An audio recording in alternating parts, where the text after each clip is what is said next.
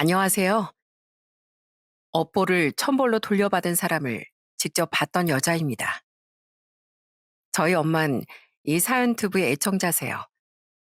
그래서 저도 요즘 엄마를 따라 이곳 사연들을 재미나게 듣고 있죠. 그리고 제 사연 또한 다른 사연들처럼 사람들에게 공감과 많은 생각을 불러일으킬 수 있을 것 같아 이렇게 사연을 신청하게 됐습니다. 그럼 시작해 볼게요. 저희 아빠는 작은 사업을 하셨었습니다. 그런 아빠 덕에 저와 남동생, 여동생은 떵떵거리지 못했어도 그게 부족함 없이 잘할 수 있었어요. 성실한 아빠와 다정한 엄마 아래에서 무럭무럭 자란 전 열심히 공부한 끝에 좋은 결실을 거두었습니다. 우리나라에서 손에 꼽히는 대학을 졸업한 뒤 대기업에 입사했던 거죠. 그렇게 열심히 사회생활을 하다가 저는 나이 30대 초반에 2살 많은 남편과 결혼했어요. 벤처회사를 다니던 남편은 일 욕심 많고 유능한 사람이었습니다. 외국에서 좋은 대학도 나왔던 남편은 회사에서 굉장히 인정받던 인재였기에 나이에 비해 맡은 직급도 꽤나 높았었어요. 저 또한 일 욕심이 많았던 사람이라 그런 남편의 모습이 멋지고 좋아 보이더라고요. 이런 사람과 함께라면 평생 힘차고 슬기롭게 살아갈 수 있겠다 싶어 저는 결혼을 결심했던 겁니다. 장인어른, 다음 주말에 뭐 하시나요? 일정 없으시면 저랑 오랜만에 낚시 가실래요? 제가 매운탕까지 기가 막히게 끓여드리겠습니다. 장모님, 이건 제가 백화점 가서 장모님 드리려고 열심히 고른 지갑이에요. 이 사이밖에 없죠? 남편은 집값 비싼 서울에 아파트 전세까지 마련해 주신 친정 부모님께 정말 잘했습니다. 물론 해주신 것이 있으니 감사한 마음에 그런 것도 있겠지만 그래도 잘하려고 노력하는 사이가 얼마나 예쁘셨겠어요. 부모님은 그런 남편을 많이 예뻐하고 잘해주셨어요. 남편에게만 따로 용돈도 보내주시기도 하고 남편의 선물엔 돈을 아끼지도 않으셨죠. 그렇게 자식의 배우자에게 잘해준 건 시부모님도 마찬가지였습니다. 어릴 적부터 엄마가 할머니, 할아버지께 잘하던 모습을 워낙 많이 봐왔던 전 엄마처럼 시부모님과 사이좋은 며느리가 되고 싶었어요. 어색했지만 두 분께 안부 전화도 자주 걸고 시댁에도 자주 찾아가려 노력했죠. 특히 시댁엔 자식이 남편 하나뿐이었기에 두 분이 쓸쓸하실 것 같아 더 잘 챙겨드렸던 것 같아요. 그런 제 모습을 보고 시부모님도 절 더 예뻐해 주신 겁니다. 애미야, 요새 회사 일은 어떠니? 애 낳으면 대기업 같은 데선 특히 여자한테 눈치를 더 준다던데 뭐 힘든 부분은 없어? 당시 은퇴 후 소일거리를 하고 계시던 시아버진 참 점잖고 다정한 분이셨어요. 결혼하자마자 임신해 연년생 딸을 둘 낳은 절 항상 염려해주고 걱정해주시는 모습에 시아버지의 따뜻한 마음이 아주 잘 느껴졌어요. 그리고 시모는 시아버지보단 저를 좀 어려워하시는 것 같았습니다. 항상 우리 며느리 예쁘다, 고맙다는 말은 하셨지만은요. 이렇게 직업도 좋고 집안도 좋은 너 같은 애가 우리 집에 시집 와준 게 얼마나 고마운지 몰라. 경호가 우리 진국이랑 결혼해줘서 정말 고맙다. 어? 여보, 듣기 좋은 말도 한두 번이지. 우리랑 진국이한테 잘해줘서 고맙다고가 아니고 왜 자꾸 집안하고 직업 얘기를 들먹여? 우리 며느리가 잘난 건 맞지만 사람 부담되겠네. 시댁은 친정만큼은 아니어도 그렇다고 못 사는 집도 아니었습니다. 하지만 시모는 그런 집안 차이가 신경 쓰였나 보더라고요. 또 남편이 저보다 직급은 높았다고 하나 남편이 다니던 회사가 대기업인 저희 회사보단 작은 곳이었으니 시모는 현실적 조건들을 반영해 저를 높이 평가하셨던 거예요. 그걸 그냥 좋게만 생각해 주셨으면 편했을 텐데 자꾸 제가 뭐라도 된 듯 슬쩍 어려워까지 하시니 좀 불편했죠.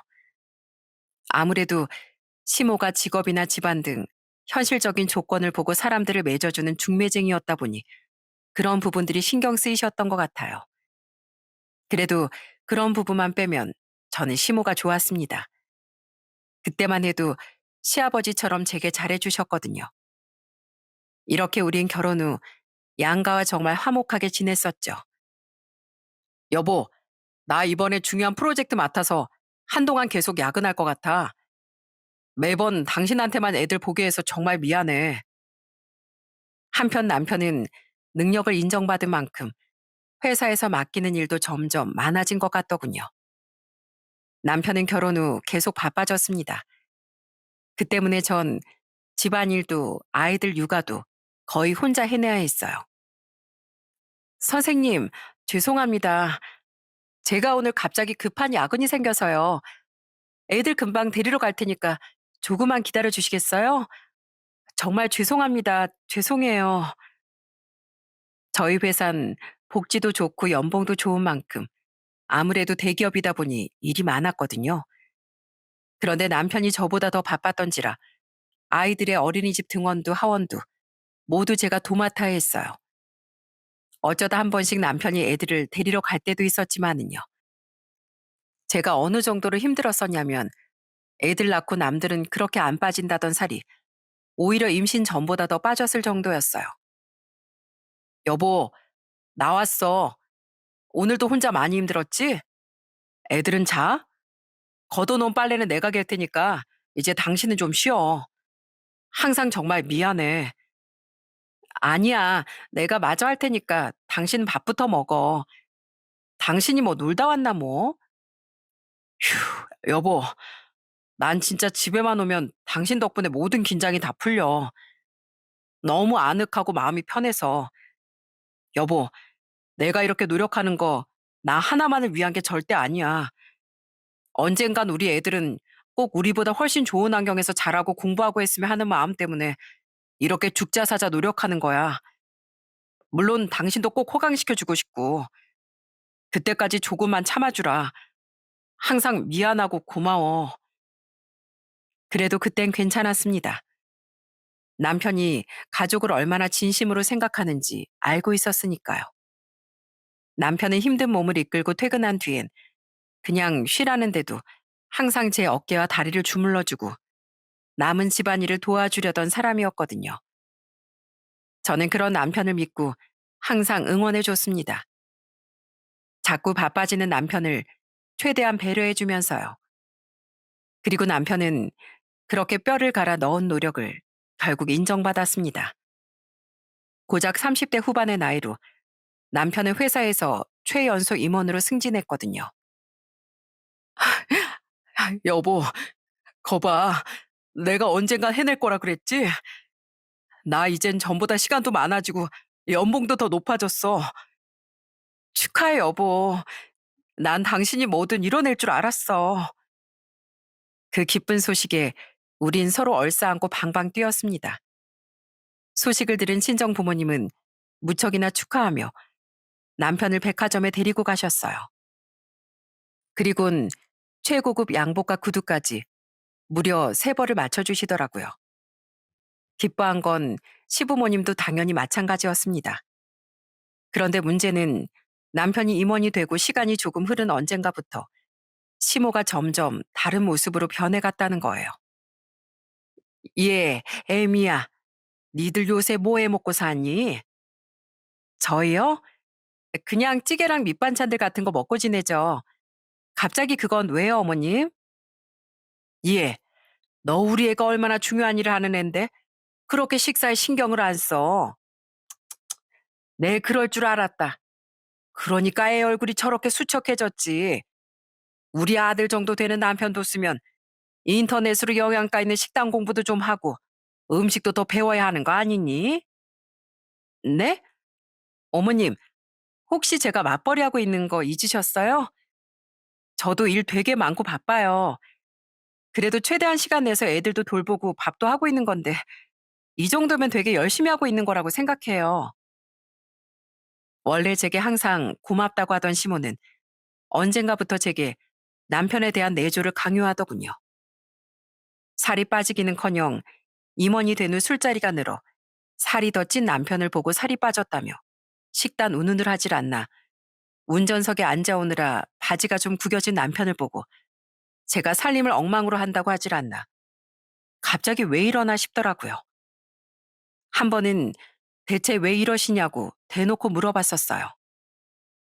아우에는 우리 아들처럼 잘난 남편 뒀으면 그만큼 네가 더 잘해야 하는 거 아니니? 너 이젠 전이랑 입장이 달라졌다. 어? 비록 집안도 회사도 네가 더 좋긴 하지만 우리 아들은 무려 임원이라 이거야. 아무리 네가 대기업에 다닌다고 한들 일개 직원이랑 임원이 어디 비교가 되니?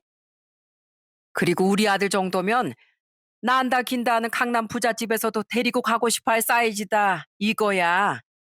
아, 내가 중매쟁이니까 아주 잘 알지. 이젠 우리 아들보다 좀 떨어지는 네가 그 차이를 메우려면 당연히 우리 아들을 좀 더 떠받들고 살아야 하지 않겠어? 우리 아들이 말 못하니까 내가 대신 말해주는 거야. 정말 황당하더군요. 그러니까 시모는 제게 자격지심이 있던 거더라고요. 항상 좋은 시어머니인 척 가면을 쓰고 있었지만 사실 시모는 자기 아들보다 잘난 것 같은 제가 못마땅했던 겁니다. 그러다 남편이 초고속 승진을 하니 완전히 콧대가 높아져 본성을 드러낸 거였어요. 저는 기가 막혀서 대꾸했습니다. 저는 애초에 제가 남편보다 잘났다고 생각한 적 없었어요.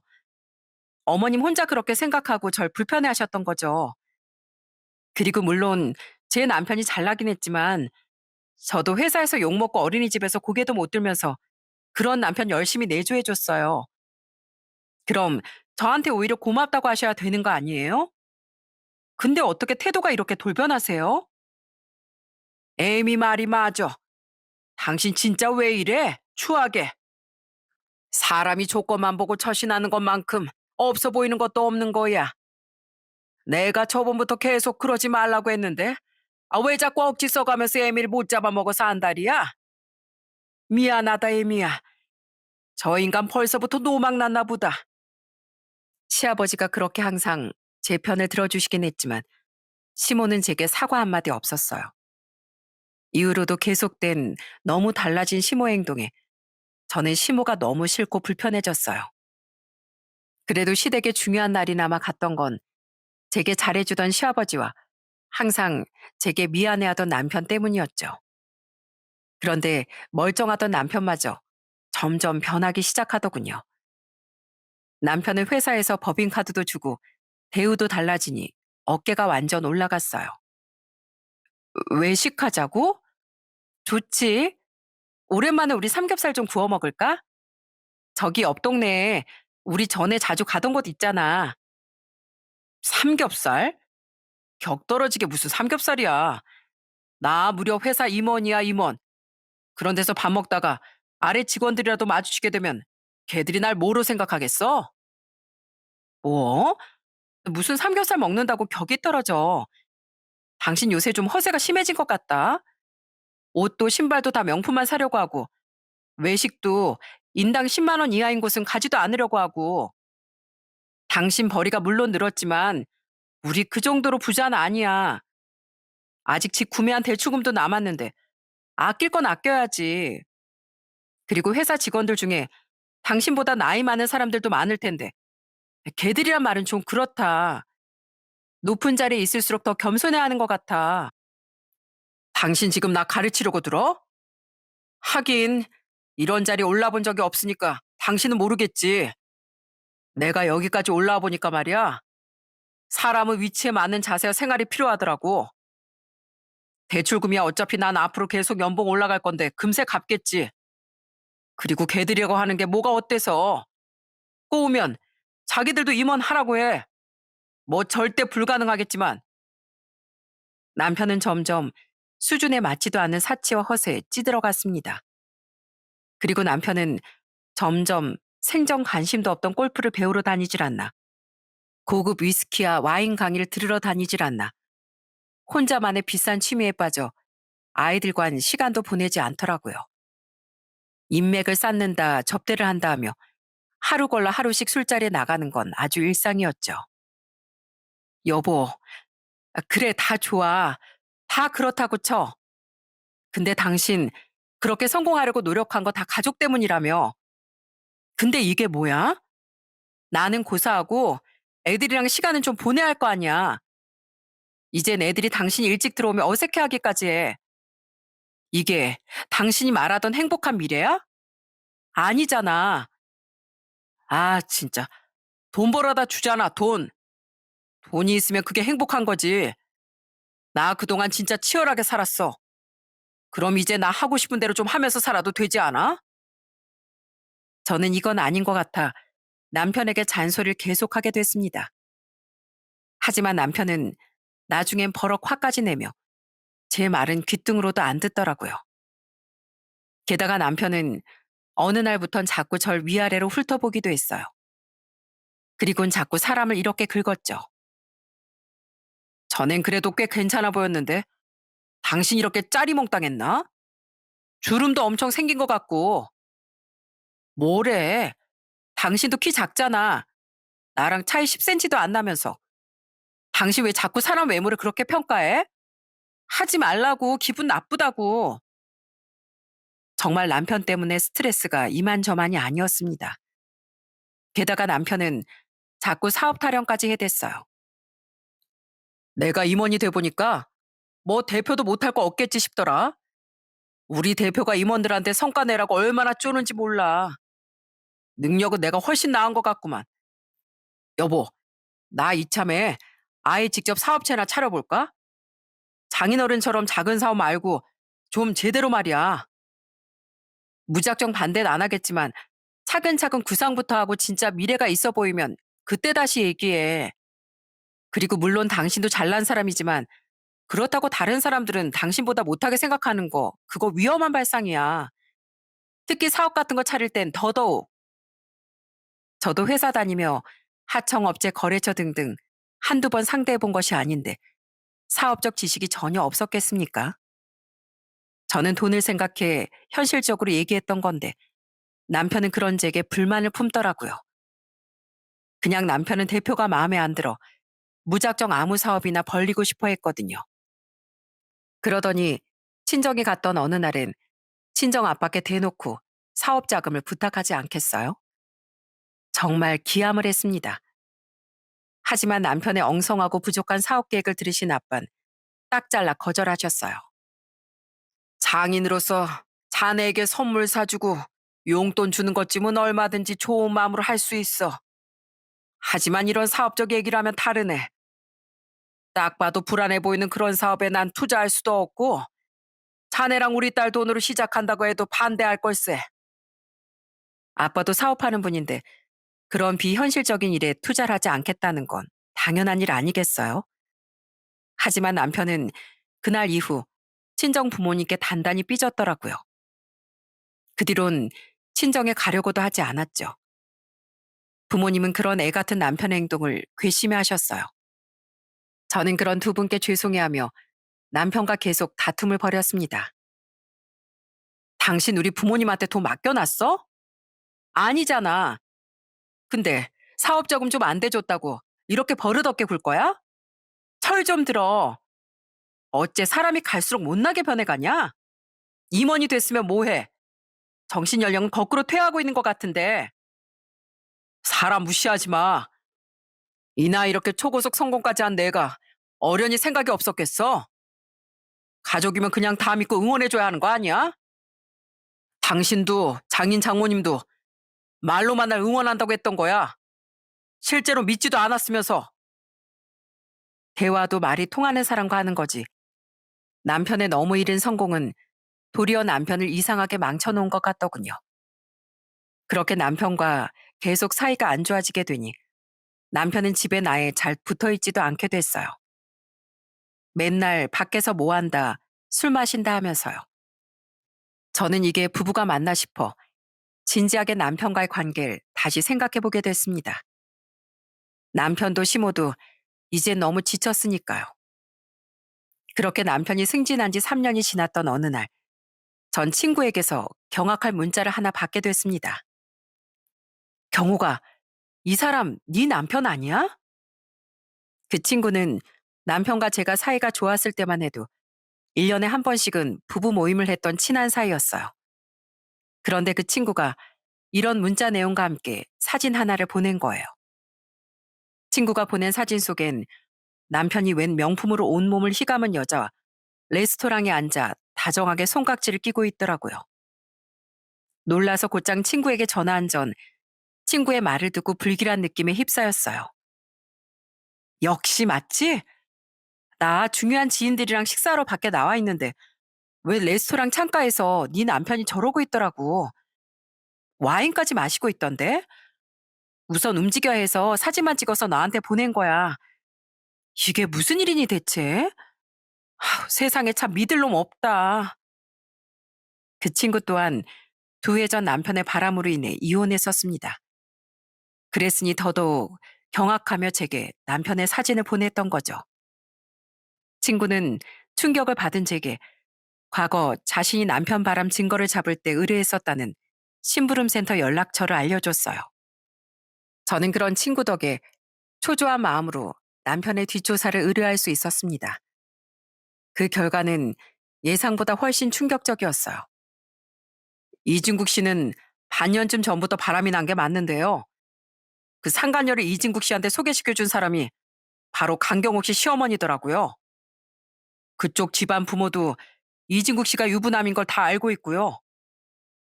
심부름센터 직원이 조사한 결과에 따르면 한 번 이혼했다던 상간녀는 주식과 부동산으로 일약 떼부자가 된 한 졸부 집안의 외동딸이었더군요.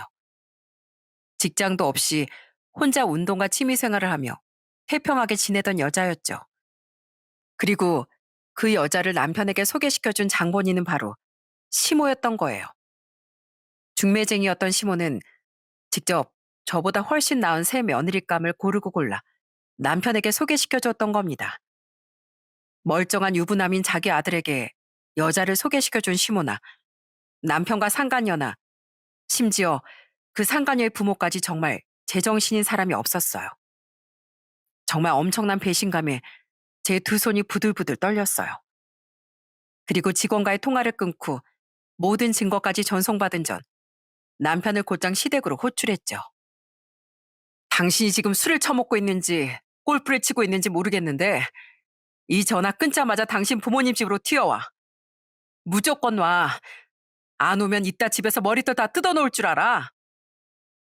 마침 주말이었기에 저는 평소 친하게 지내던 큰딸의 친구 집에 저희 애들을 좀 부탁드렸어요.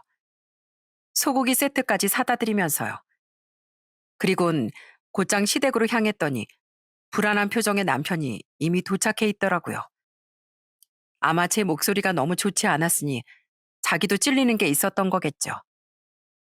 저는 가자마자 남편의 머리통을 냅다 후려쳤습니다. 엄마야, 얘, 너 미쳤니? 감히 귀한 우리 아들 얼굴에 손을 대? 제가 지금 손 안 올리게 생겼어요? 당신이 사람이에요? 어떻게 멀쩡히 가정이 있는 자기 아들한테 여자를 소개시켜줘요? 천벌이 두렵지도 않아요? 저는 기겁하며 달려온 시모에게 눈을 부릅뜨고 소리쳤어요. 그러자 옆에 있던 시아버지가 입을 떡 벌리시더군요. 이게 무슨 소리야? 당신이 뭘 어쨌다고? 아니 그게 제가 말씀드릴게요 아버님. 반년 전에 어머님이 제 남편한테 졸부집 외동딸을 소개시켜줬대요. 그걸 또 이 인간은 좋다고 그동안 만나서 바람 피우고 있었다네요. 여기 증거들 좀 보세요. 저는 그런 시아버지에게 출력해간 증거들을 보여드렸습니다. 그들이 빠져나가지 못하게요. 시아버지가 무서웠는지 시모는 숨죽인 채 눈치를 보고 있더라고요. 그리고 남편은 제게 맞은 머리를 여전히 부여잡은 채 아주 뻔뻔하게 나오기 시작했어요. 그래, 나 바람 피웠다. 우리 어머니가 소개시켜준 여자랑. 차라리 잘 됐네. 안 그래도 나 그 여자랑 빨리 재혼하고 싶었거든? 그래서 당신하고 어떻게 이혼해야 하나 눈치만 보고 있었어. 뭐? 그게 지금 자랑이라고 떠드니? 다 들켰는데 이제 와 숨겨서 뭐해? 솔직히 나 당신하고 사는 거 점점 지겨워졌었어. 예전에야 당신도 처가도 대단해 보였지. 근데 임원까지 올라가서 보니까 당신 같은 여자 별로 대단하지도 않더라. 다들 한 회사 임원쯤 되면 예쁘고 어리거나 더 대단한 집안 아내 두고 떵떵거리면서 살더라고. 근데 당신은 어리고 예쁘지도 않고 성격도 드세잖아. 게다가 장인어른은 내가 사업자금 좀 대달라는데 그것도 싹 무시하셨잖아. 그래, 우리 아들 말이 맞다. 내가 그 얘기 듣고 얼마나 서운했는지 아니? 사돈들은 우리 아들이란 인재를 몰라본 거야. 나도 우리 아들이 너무 아까웠던 차라 우리 아들 위해서 여자를 소개시켜줬다. 그 집안은 너희 집은 잽도 안 될 정도로 아주 떼부자야. 맞아. 그쪽 집안에서도 날 얼마나 마음에 들어 했는지 알아? 당신하고 이혼하고 오면 내가 원하는 사업 자금도 다 대주겠다고 했어. 그 집엔 돈은 있는데 명예는 없으니까 사위인 날 크게 키워주겠다면서 말이야. 난 이렇게 임원에서 그칠 사람이 아니라 더 크게 될 사람인걸. 그 집안 부모님을 알아봐 주신 거야. 남자는 원래 자기를 알아주는 사람한테 마음이 가는 법이라잖아. 기왕 이렇게 된 거 애들 양육권도 재산 분할도 원하는 대로 해줄 테니까 그만 이혼해. 그런 남편의 말을 시모도 시아버지의 눈을 피해 거들더군요. 이 정신 나간 모자가 그러니까 돈 때문에 완전히 인간의 도리를 저버렸던 거예요. 저는 너무 큰 배신감에 폭소까지 터트리며 악을 썼습니다. 와, 막장 드라마도 이렇게 막장으로 대본을 쓰진 않겠네. 언젠 나랑 우리 부모님한테 그렇게 고맙다더니 당신 나한테 시켜주겠다던 호강이 이런 거야? 머리 검은 짐승한테 잘해주는 게 아니라더니 딱 지금이 그 꼴이네. 이혼? 누구 좋으라고 내가 이혼을 해줘? 난 이혼 절대 못 해줘. 뭐? 아니 여보, 이 상황에 이혼을 안 하겠다고? 어, 안 해. 네가 해달라고 하면 내가 넙죽 이혼해 줄 줄 알았니? 나도 아기 있고 깡이 있는 사람이야. 이왕 이렇게 된 거 이판사판이야. 어디 둘 다 이혼 안 하고 지옥길로 걸어가 보자고. 완전히 정신이 나간 전 절대 이혼해주지 않겠다고 목까지 박았던 거예요. 그 뒤 완전히 어리 빠진 그들을 뒤로하고 그 집을 뛰쳐나와 버렸죠. 그런 절 유일하게 시아버지만이 뒤따라와 엉엉 울던 제 손을 잡고 사과해 주시더라고요. 미안하다, 에미야. 내가 정말 입이 10개라도 할 말이 없구나. 아버님, 저요? 이거 슬퍼서 흘리는 눈물 아니에요. 너무 화가 나고 분해서 저도 모르게 눈물이 나오는 거라고요. 죄송한데 저 좀 놔주세요. 저 혼자 있고 싶어요. 그날 이후 시아버진 몇 번이고 더 제게 문자로 사과하셨습니다. 하지만 남편과 시모는 완전히 정반대였죠. 남편은 그날 이후 집도 나가지 않고 계속 이혼하자고 절 들들 볶았어요. 대체 왜 이혼을 안 하겠다는 건데? 이건 당신한테도 진짜 안 좋은 거라고. 누가 몰라? 그래도 당신 잘 되는 꼴은 절대 못 보지. 당신이 성공과 인간성을 맞바꾸게 될 줄 알았더라면 난 진즉 당신을 내줘도 안 해줬을 거야. 아니, 애초에 당신 같은 버러지랑 결혼도 안 했겠지. 나도 당신한테 남은 마음도 없었는데 그래도 이건 아니지. 당신은 이혼할 생각이었더라도 나에 대한 최소한의 예는 지켰어야 돼. 나랑 같이 살기 싫으면 나가. 근데 난 호적 정리는 절대 못 해줘. 시모는 시아버지에게 싹싹 빌었는지 어찌저찌 쫓겨나진 않았나 보더군요. 하지만 새 며느리감은 포기하기 싫었는지 제가 자신의 전화를 받지 않자 계속 문자로 제게 이혼을 종용하더라고요. 저는 남편과 시모의 이혼 종용을 모두 무시하고 오기로 버텼습니다. 또 한 전 상가녀 또한 가만두기 싫어 상가녀의 집을 찾아갔어요. 직장 생활을 하는 사람도 아니니 찾아갈 곳이 집밖에 없었거든요. 상가녀는 제가 정체를 밝혔음에도 불구하고 아주 당당하게 문을 열고 제 앞에 나타났습니다. 저는 그런 상가녀에게 준비해갔던 굵은 소금을 쫙 뿌려버렸어요. 아, 따가워. 당신 이게 지금 뭐 하는 짓이야? 교양 있게 굴어야지.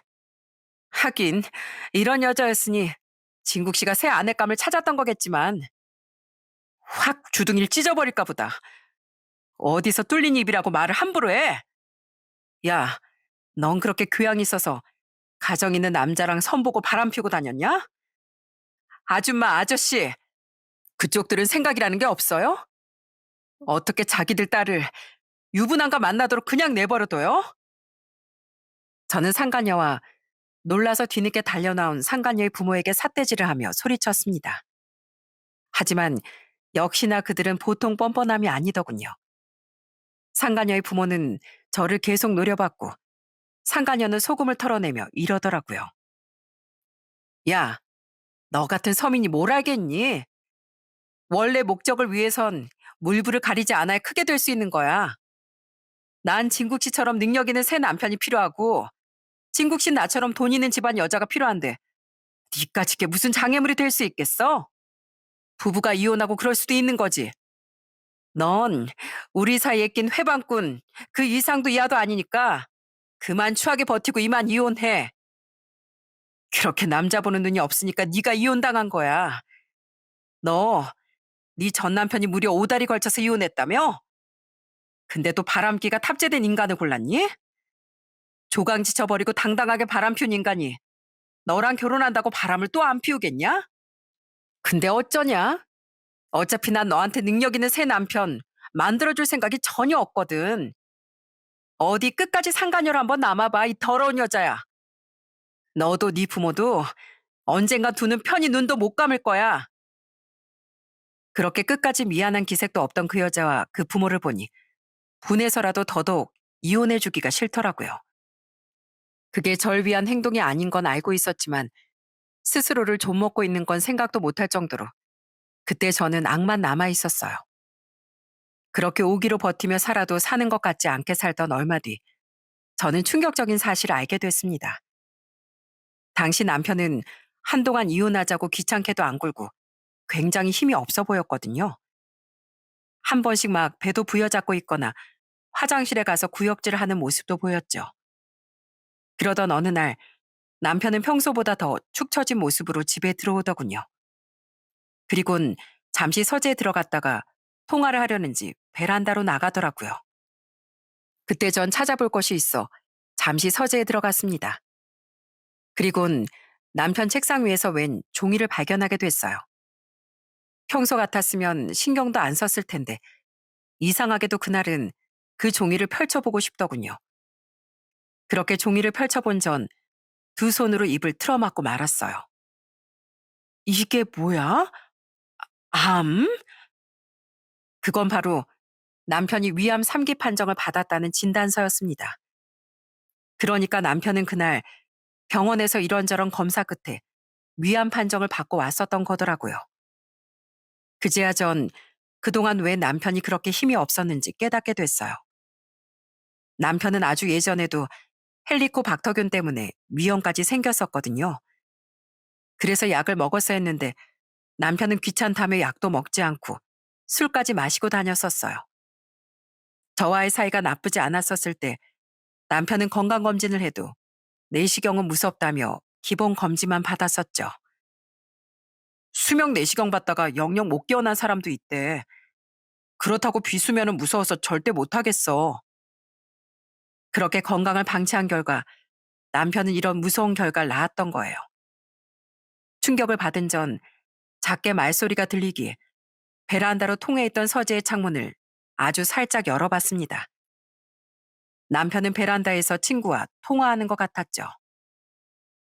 아, 요새 자꾸 소화도 안 되고 부역질도 계속 나서 병원 가서 검사 받았었거든. 근데 나 위암이래. 그것도 3기.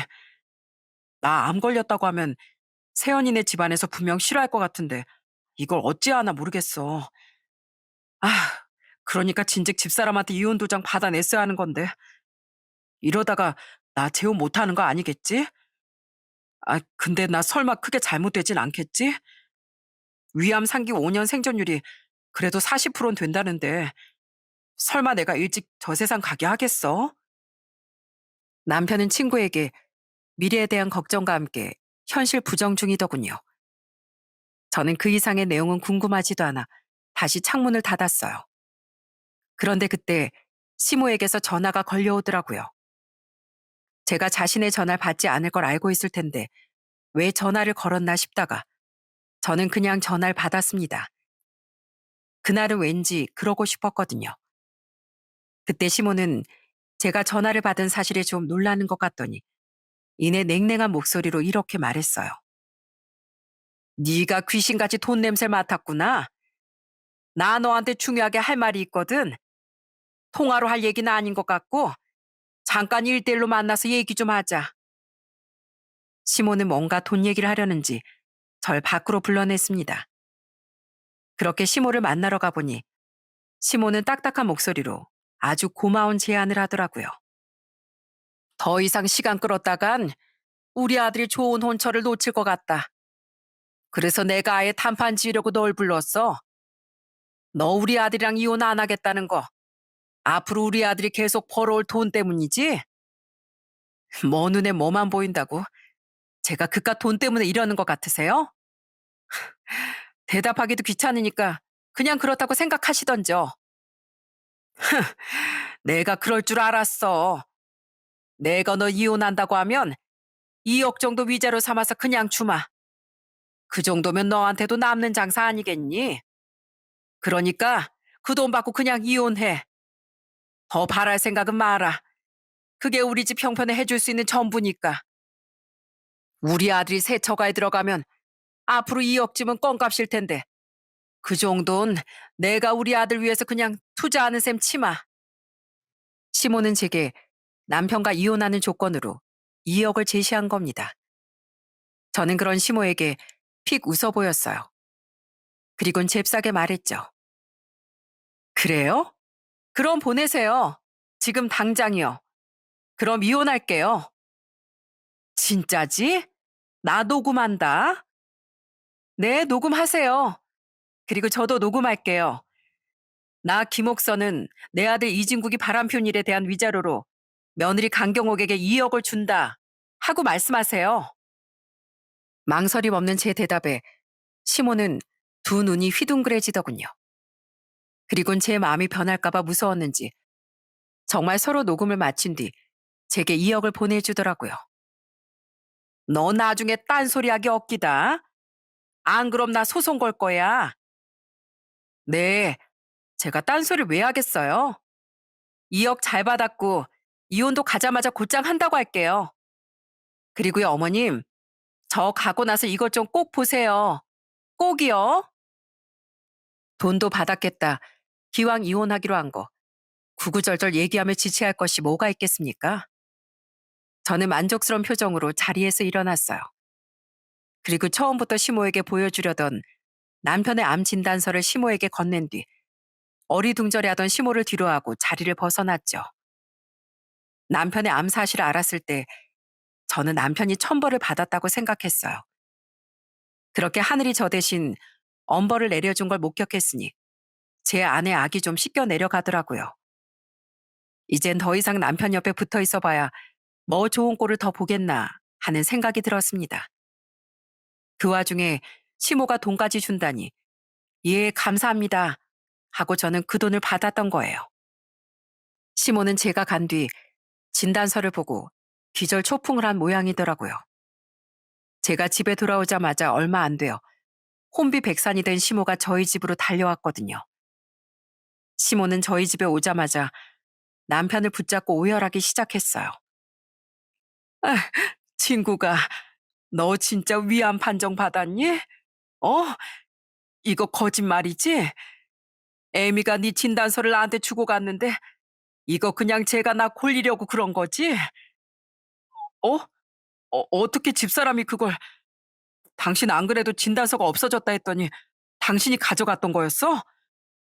어머니, 우선 진정하세요. 네?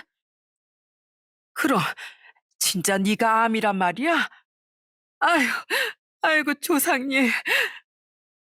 그리고 남편의 입을 통해 진짜 남편이 암이란 사실을 듣자 뒷목을 잡고 쓰러지는 신용까지 하더라고요.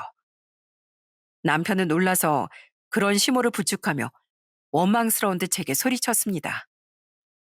당신, 말씀드려도 내가 말씀드릴 건데 그걸 왜 당신이 어머니한테 알려? 그냥 당신이랑 당신 엄만 아무렇지도 않게 내 가슴을 난도질했는데 나도 이렇게라도 당신 엄마 뒷목 잡게 하고 싶었어. 그리고 먼저 만나자고 한 건 나 아니야. 당신 엄마가 먼저 나한테 전화해서 만나자고 했어.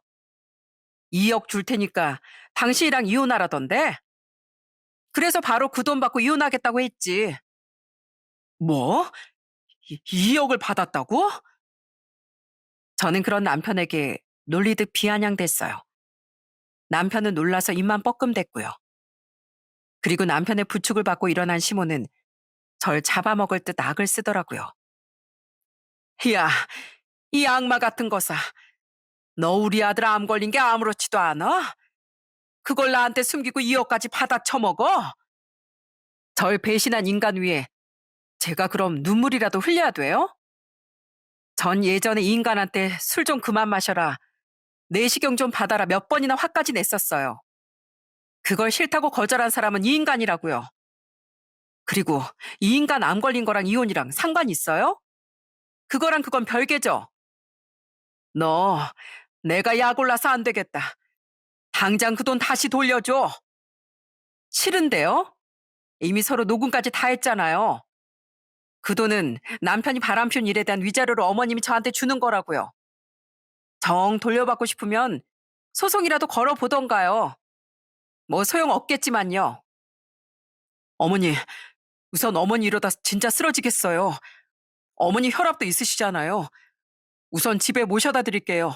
네? 남편은 제게 소리를 고래고래 지르던 시모를 우선 달랬습니다. 그리곤 집에 모셔다 드리겠다며 시모를 데리고 나가더라고요. 아마 시모가 진짜로 큰일 날까봐 걱정했던 거겠죠. 그렇게 남편이 나간 뒤 전 가만히 있지 않고 이번엔 상간녀에게 문자를 보냈습니다. 야, 윤세연. 이진구 그 버러지 그냥 넣어줄게. 아, 근데 그놈 하자가 좀 많더라. 어디 내가 버린 쓰레기 병간호 잘하면서 살아봐. 저는 미리 찍어놨던 남편의 진단서와 함께 그 문자를 전송했어요. 그러자 잠시 뒤 상가녀는 제 휴대폰에 불이 나도록 전화를 걸어대더군요. 하지만 전 그 전화를 받지도 않았습니다. 그리고 잠시 후 집에 돌아온 남편은 제게 난리를 치기 시작했어요. 당신, 어떻게 우리 어머니가 준다고 그 큰 돈을 덥석 받을 수가 있어? 그리고 당신, 세연이한테도 나 암 걸린 거 다 말했더라? 진짜 막 나가겠다 이거야? 지금 세연이 내 걱정은커녕 헤어지자고 난리 났다고. 왜 자기가 갑자기 내 병수발을 들어야 하냐면서. 야, 그럼 너 그걸 속이고 재혼하려고 했니? 이거 쓰레기 정도가 아니라 아주 어마어마한 폐기물이었네. 그리고 내가 그동안 당신한테 헌신한 세월이 얼만데 그깟 2억도 못 받아? 그리고 아직 내 용건 안 끝났어. 적반하장도 유분수지 양심도 없이 계속 화를 내던 그놈에게 저는 마지막 용건을 꺼냈습니다. 그런 제 말을 듣자 그놈은 말문을 잃어버렸죠. 어차피 이제 이혼할 거니까 나 당신 회사에도 당신 정체 다 폭로할 생각이거든. 당신이 암 잘 고쳐서 회사에 다시 돌아갈 수 있을지 없을지 모르겠지만 만약 내가 다 폭로하면 회사 이미지 실추로 강등되거나 할 수도 있겠지? 그렇게 아등바등 올라간 임원 자리인데 끌어내려지고 싶어? 지, 지금 무슨 얘기를 하려는 거야? 그 잘난 임원 자리 잃고 싶지 않으면 내가 말하는 이혼 조건 다 수용하란 소리야. 저는 남편을 겁박하며 아주 유리한 재산 분할과 양육비를 일시불로 지급할 걸 요구했습니다. 위자료와 별개로요. 요샌 위자료를 일시불로 지급하는 게 깔끔해서 많이들 그렇게 받는다는 말을 들었거든요. 어떻게 올라간 자리인데 남편이 임원 자리를 위협받고 싶었겠어요? 남편은 저에게 아주 질린다는 표정을 짓더니 하는 수 없이 그런 제 말에 동의하더라고요. 저는 그런 남편에게 마지막으로 이렇게 말했습니다. 난 이번 일로 천벌이라는 게 진짜 있다는 거 확실히 알았어. 난 당신이 불쌍하지도 않고 동정할 생각도 없어. 날 이렇게까지 악밖에 안 남게 한 당신한테 아직도 남은 분노가 너무 많거든. 암이 낫든 말든 부디 잘 살지 마. 그리고 나뿐 아니라 당신 자식들까지 벌인 죄 평생에 걸쳐서 철저하게 받고 살아. 끔찍한 당신 엄마랑 같이. 그렇게 전 아주 유리하게 이혼할 수 있었습니다. 상간녀에게도 소송을 걸어 위자료까지 별개로 받아냈죠. 시아버진 제게 마지막으로 찾아와 제 손을 잡고 또다시 사과를 하셨어요. 내가 정말 너에게 면목이 없구나. 네 시애미가 너에게 준 그 이용 말곤 가진 돈이 별로 없어서 내가 너한테 더 줄 위로금은 없다. 그래도 항상 너와 손주들의 행복을 빌며 살아가마. 꼭 잘 살아야 한다. 그렇게 이혼한 뒤 전 집을 팔고 아이들과 부모님의 집으로 들어가 살게 됐습니다. 필요 없다던 부모님께 제가 결혼할 당시 두 분이 지원해 주셨던 돈도 전부 돌려드렸죠. 두 동생은 모두 독립해서 자취하고 있었던 터라 두 분은 앞으로 외롭진 않겠다며 저를 안아주셨어요. 그리곤 이를 부득부득 갈며 그놈에 대한 온갖 저주를 퍼붓기도 하셨습니다. 그렇게 이혼한 지 지금은 5개월이 지났어요. 전 남편은 아직 한참 병마와 싸우는 중이죠. 물론 그 상간녀에겐 뻥 차인 상태로요. 여보, 나 가뜩이나 아픈데 너무 외롭고 쓸쓸해. 아버지도 나한테 화가 나셔서 나 자주 보러 오지도 않으시고 나 간병해주러 오는 건 어머니뿐이야. 회사엔 휴직계를 썼는데 내가 끈떨어진 연이다 싶었는지 위로도 아래로도 아무도 문병 오는 사람도 없어. 이렇게 다 잃고 나니까 이제야 당신하고 우리 애들이 나한테 얼마나 소중한 존재였는지 깨달았어. 여보, 제발 애들이랑 같이 나 좀 보러 와주면 안 돼? 다정했던 당신 목소리가 너무 그리워. 꿈꿨니? 네가 나랑 애들을 얼마나 비참하게 버리려고 했는지 잊었어? 전에도 말했듯이 당신은 천벌받은 거야. 그리고 당신이 지금 외로운 건 다 당신이 자초한 일이야. 난 당신 동정해줄 생각 전혀 없으니까 연락하지 마. 한 번 제게 전화했기에 무슨 용건인가 했더니 염치도 없이 그놈은 자신에게 돌아와 달라는 말을 하더군요. 저는 신경질이 나서 전화를 끊은 뒤 아예 그놈의 번호를 차단해버렸습니다. 그러자 얼마 뒤엔 시모가 모르는 번호로 제게 또 전화를 걸지 않겠어요? 제가 자신의 번호는 진즉 차단해놨으니 다른 사람의 휴대폰을 빌린 것 같더라고요. 애미야, 잘 지내니? 제발 나 좀 도와다오. 난 이 시애비한테도 쫓겨날 위기야. 나 때문에 집안 꼴이 다 파탄났다면서 말이다. 게다가 이 나이에 친구기 병간호도 혼자 하고 있는데 아주 등골이 휠지경이다. 저기 애미야, 그래도 진국이가 애들 아빠인데 한 번만 용서해주면 안 되겠니? 와서 간호도 나랑 같이 좀 해주고 네 시아버지 마음도 좀 풀어다오. 지금 제정신이에요? 어떻게 그쪽이 나한테 그런 말을 할 수가 있어요? 하여튼 그 엄마의 그 아들이지. 난 그쪽들 가족으로도 아니 남보다도 못한 원수라고 생각하니까 이딴 전화 두 번 다시 하지 마세요. 염치 없는 시모에게 이렇게 소리치니 시모가 글쎄 뭘 하는지 아십니까? 그럼 자신이 제게 준 2억이라도 돌려달라고 하더라고요. 저는 그런 시모에게 예전처럼 돌려받고 싶으면 소송이라도 걸어보라고 소리치곤 전화를 끊어버렸죠. 이렇게 지금 전 남편과 시모는 제게 지은 죄를 고스란히 돌려받고 있는 중입니다. 그럼 그들이 앞으로 잘 살라고 빌어줄 생각은 추호도 없어요. 하지만 마음씨를 나쁘게 쓰면 아이들에게 그 화가 돌아갈 수도 있으니 이 이상의 저주를 퍼붓진 않을 생각이에요. 그저 전 앞으론 그런 막대먹은 집안에 대해선 싹이 있고 아이들과 부모님과만 행복하게 잘 살아가려고 합니다.